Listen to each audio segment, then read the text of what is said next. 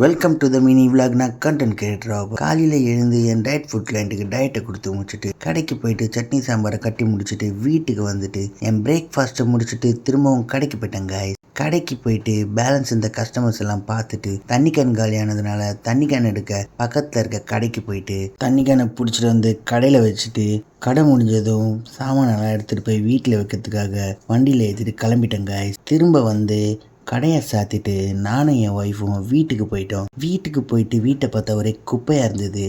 அதனால் வீடெல்லாம் பெருக்கி க்ளீன் பண்ணி நீட்டாக சுத்தம் பண்ணி முடிச்சுட்டு குளிச்சுட்டு ஒரு முக்கியமான இடத்துக்கு போக வேண்டிய ஒரு வேலை இருந்தது காய்ஸ். நானும் என் பையனை அங்கே கிளம்பிட்டோம்.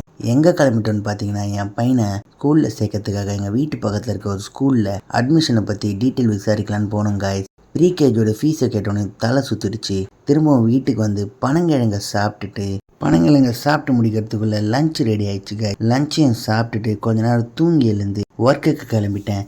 இன்றைக்கி பார்த்தீங்கன்னா ரெஸ்ட் டே காய்ஸ். அதனால் கொஞ்சம் ஜிம்முக்கு லேட்டாக தான் போனேன். இருட்டாயிடுச்சு காய்ஸ். அதனால் போட வேண்டிய லைட்டெல்லாம் போட்டுட்டு ஷிஃப்ட்டுக்கு போயாச்சு காய்ஸ். ஷிஃப்ட்டுக்கு போயிட்டு கொஞ்ச நேரம் கழித்து பசிச்சதுனால எடுத்துகிட்டு போனேன் ஸ்வீட் பொட்டேட்டோவும் நட்ஸும் சாப்பிட்டுட்டு ஷிஃப்ட்டு முடிஞ்சதும் வீட்டுக்கு வந்துட்டேன் காய்ஸ். வீட்டுக்கு வந்து பிரேக்ஃபாஸ்ட்டு சாப்பிட்டுட்டு என் ஒய்ஃப் எனக்காக ஒரே ஒரு பீஸா எடுத்து வச்சுருந்தாங்க. அதையும் சாப்பிட்டுட்டு தூங்கிட்டேன் காய்ஸ்.